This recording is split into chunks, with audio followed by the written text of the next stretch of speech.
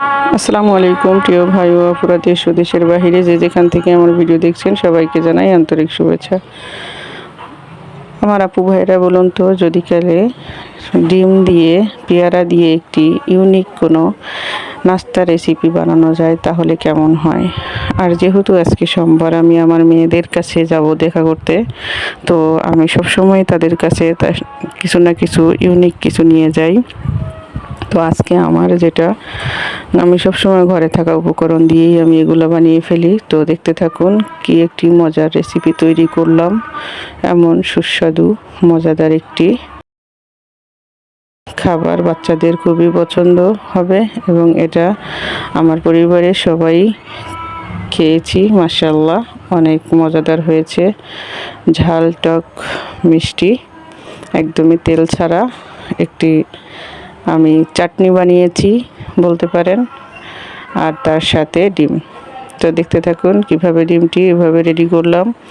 আর আমার আপু ভাইয়ের অবশ্যই আমার ভিডিওটি একটি লাইক দিয়ে দেখবেন, ভিডিওটি দেখা শেষে একটি কমেন্ট করে যাবেন। আমি আপনাদের কমেন্টের সূত্র ধরে আপনাদের পরিবারে চলে যাব ইনশাআল্লাহ। তো দেখুন আমি কাপ নিয়ে নিয়েছি, আপনারা চাইলে কাচের অন্য বাটি বা অন্য গ্লাস ব্যবহার করতে পারেন। তো আমি এভাবে 4টা ডিম ভেঙে নিচ্ছি। আমি অবশ্য আরও নিয়ে নেব, সেটা পরে।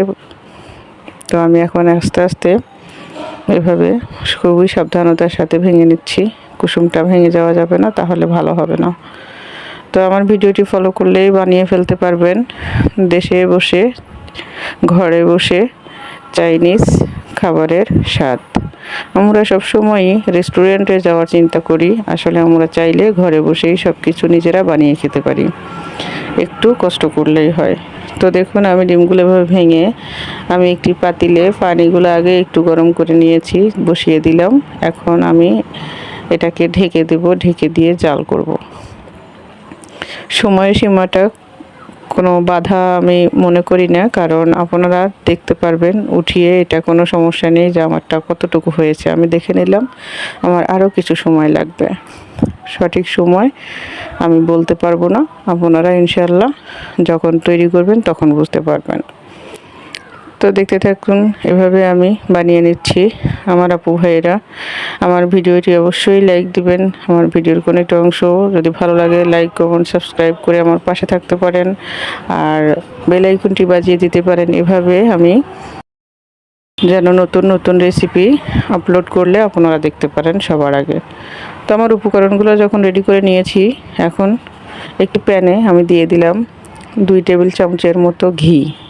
আমি এখানে কোনো তেল এড করবো না, কোনো চিনি না, শুধু ঘি দিয়েছি 2 চামচ। আর ঘিটা স্বাস্থ্যের জন্য অনেকই উপকারী জিনিস, বাচ্চাদের ক্ষেত্রে তো আরও বেশি।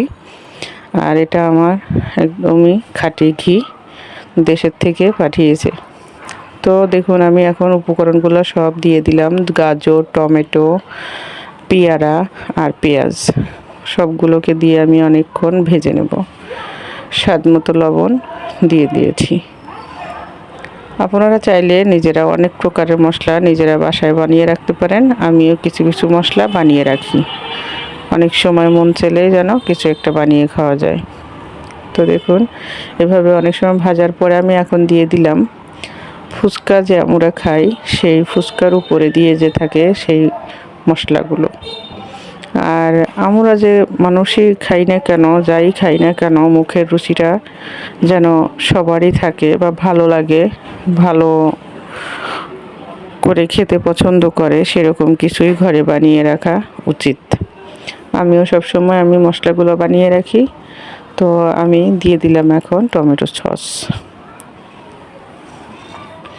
আর অবশ্যই এই টকটা বানাতে হলে বা এই রেসিপিটি বানাতে হলে সস ব্যবহার করতে হবে। যদি আপনারা চান এখানে সয়া সস ব্যবহার করতে পারেন, আমি সয়া সসটা আমার হাতে নাগালে ছিল না, তাই ব্যবহার করিনি। এখন আমি দিয়ে দিলাম পানি।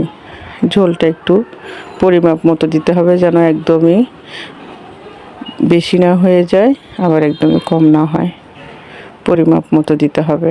দিয়ে কিছুক্ষণ সময় জাল করে নিতে হবে ঢেকে দিলাম। আমি এখন এটাকে জাল করে নেব। ওদিকে আমার ডিমটা হয়ে যাচ্ছে। এর ভিতরে আমি আরও দিয়ে দিয়েছিলাম অফ ক্যামেরায় হালিমের যে মশলাটা থাকে সেটা, আর এখন দিয়ে দিলাম আমি নিজে বানিয়ে রেখেছিলাম শুকনা মরিচ, মিষ্টি জিরা আর কিছু পাঁচফোড়ন, এগুলা গুঁড়ো করে আমি ঘরে রেখে দিয়েছিলাম, এটাকে দিয়ে দিলাম। এটাকে দেওয়াতে ঘ্রাণটা সুন্দর হবে, একটু ঝালটা বেশি হবে আর অনেক মজা সুস্বাদু হবে। আর এখন যেহেতু আমি বলেছিলাম ঝাল টক মিষ্টি, মিষ্টি বলতে পেয়ারা টমেটো এগুলো প্রায় মিষ্টি জাতীয় জিনিস।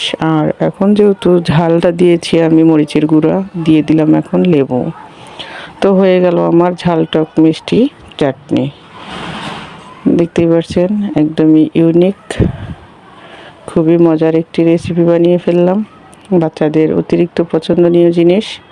এটার সাথে যদি কালে ডিমগুলো থাকে তাহলে তো আর কোনো কথাই নেই।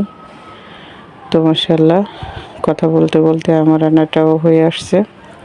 সবসময়ই কিছু কিছু জিনিস নিজেকে তৈরি করতে হয়। তো দেখুন আমি কাপগুলো ঠান্ডা হয়ে গেলে তার ভিতর থেকে ডিমগুলোকে বের করে নিয়েছি। আপনারা চাইলে একটু কাপে তেল ব্রাশ করে নিতে পারেন, তাহলে বেশি ভালো হবে। আমি নেই জন্য একটু কষ্ট হয়েছে। তো আমার চাটনি এবং ডিম সিদ্ধটা রেডি। ঘরে বসেই চাইনিজ খাবারের মজা নিবেন, এভাবে নিজে নিজে বানিয়ে খাবেন আর কমেন্টে লিখবেন কেমন হয়েছে আমার রেসিপিটি। যদি একটু ভালো লেগে থাকে অবশ্যই আমার পাশে থাকবেন। আপনাদেরকে অসংখ্য ধন্যবাদ আমার ভিডিওটি দেখার। যে যেখানেই থাকবেন সুস্থ থাকবেন, ভালো থাকবেন। আল্লাহ হাফেজ।